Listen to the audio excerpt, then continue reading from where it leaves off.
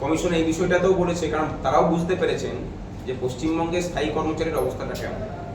বলছেন যে আমাদের কাছে যেহেতু শিক্ষা দপ্তর থেকে কোনো তালিকা আসেনি যে কাদের কাদের চাকরি গেছে, সেই জন্য আমরাও বুঝতে পারছি না যে কাদেরকে দিয়ে ভোট করাবো কাদেরকে দিয়ে করাবো। মানে এটা হচ্ছে হাত তুলে দেওয়ার মতো একটা বিষয়। এই শিক্ষকরা যদি অযোগ্যই হয়ে থাকেন, যদি তাদের চাকরিটা ইলিগালি হয়ে থাকে, আমাদের প্রশ্ন সেটা, আমরা মনে করি না তাদের চাকরিগুলো ইলিগাল। যোগ্যতার ভিত্তিতে যারা চাকরি পেয়েছেন তারা যথেষ্ট যোগ্য।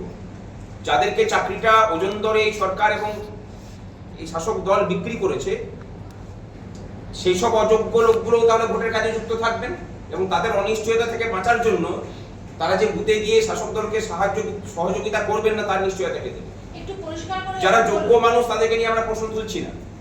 যারা ঘুষ দিয়ে চাকরি পেয়েছেন তারা যখন ভোটের ডিউটিতে যাবেন তখন তারা যে শাসক দলের স্বার্থ রক্ষা করবেন না নিজের স্বার্থে, তার দায়িত্ব কে নেবে? একটু পরিষ্কার করে বলুন, আজকে যখন আপনারা ওপরে ডেপুটেশন দিতে গেলেন তখন কার সঙ্গে দেখা হয় এবং কে এই কথাটা বললো, নামটা যদি একটু বলেন। মাননীয় বিজিত কুমার বাবু।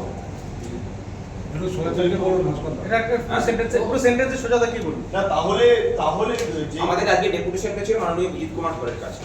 আমরা আজকে এই ডেপুটেশন কপিটাও দিয়েছি যেখানে আমাদের অ্যারেস্ট করা হয়েছে তার প্রতিবাদ জানিয়ে। না তাহলে কি আপনারা আশঙ্কা প্রকাশ করছেন যে নির্বাচন প্রক্রিয়া তো এবার মানে প্রভাব পড়বে যদি ভোট কোড নিয়মে ব্যবহার করে? যারা যোগ্য মানে চাকরিজীবী, যাদের চাকরি গেছে, নিশ্চিন্ত থাকতে পারেন তারা যেভাবে নিজের মেধা এবং যোগ্যতার ভিত্তিতে চাকরিটা করেছেন ঠিক একই রকম যোগ্যতার সাথেই তারা নির্বাচন প্রক্রিয়াটাও সম্পন্ন করবে। যদিও তাদেরকে মানে আইনত তাদেরকে নেওয়া যায় না, কিন্তু যারা চাকরিটা কিনেছিল নিজের যোগ্যতা না থাকার সত্ত্বেও অন্যের যোগ্যতাকে বঞ্চিত করে যারা চাকরিটা কিনেছিলেন তাদের চাকরিটা তখন অনিশ্চিত। তারা চাইবেন যে শাসক দলের স্বার্থ রক্ষা হোক। এই জায়গাতে আদৌ ভোট কর্মীরাই যদি নিরপেক্ষ না থাকে তাহলে নিরপেক্ষ নির্বাচন হবে কিনা সেটা নিয়ে সন্দেহ আছে।